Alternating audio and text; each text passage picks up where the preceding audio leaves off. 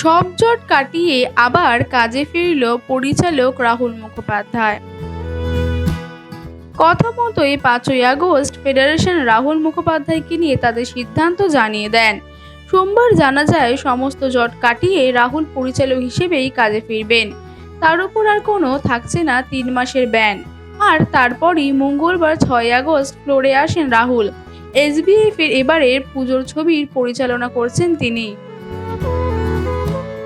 15ই August উপলক্ষে সেলজোন দিচ্ছে দারুণ অফার। মাত্র 15 টাকা দিলেই পাচ্ছেন স্মার্টফোন। ভারতবর্ষের যে কোনো প্রান্তের মানুষ এই অফারটা পাবেন। শুধু থাকতে হবে আধার কার্ড। একই ছাদের তলায় পেয়ে যাচ্ছেন Moto, Realme, Mi, Samsung, Oppo, Vivo, আইফোনের মতো নামি দামি ব্র্যান্ডের স্মার্টফোন। থাকছে no cost EMI, up to 70% exchange offer. আর তার সাথে থাকছে নানান ধরনের উপহার। আমাদের ব্রাঞ্চ দমদম, কালিন্দী, লেকটাউন, বাঙ্গুর, নাগেরবাজার, সোদপুর, রথতলা, বেলঘরিয়া। নর্থ কলকাতার 15খানা ব্রাঞ্চ, যেখানে একই ছাদের তলায় পেয়ে যাবেন বিভিন্ন ব্র্যান্ডের স্মার্টফোন। 3রা আগস্ট থেকে 15ই আগস্ট পর্যন্ত চলবে এই অফার। তাই আর দেরি না করে সুবর্ণ সুযোগ পেতে চলে আসুন সেলজোনে। টালিগঞ্জের টেকনিশিয়ান স্টুডিওতে হবে শুটিং। আর এদিন কাজে ফিরেই কি জানালেন তিনি। কাজে ফিরে কি জানালেন রাহুল।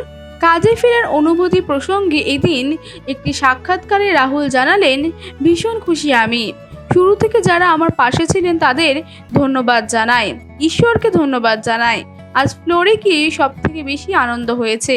তিনি এদিন আরও জানান, এটা একটা ভুল বোঝাবুঝি ছিল, কিন্তু আমায় খোকা করে ফ্লোরে পাঠানোর জন্য আমি স্বরূপদার কাছে কৃতজ্ঞ। আমার একটা পরিবারের অংশ। আজ এ কথা বুঝলাম, পরিচালক ছাড়া ছবি হলেও টেকনিশিয়ান ছাড়া কোনো ছবি হতে পারে না। আমি গোটা ফেডারেশন দলের কাছে কৃতজ্ঞ।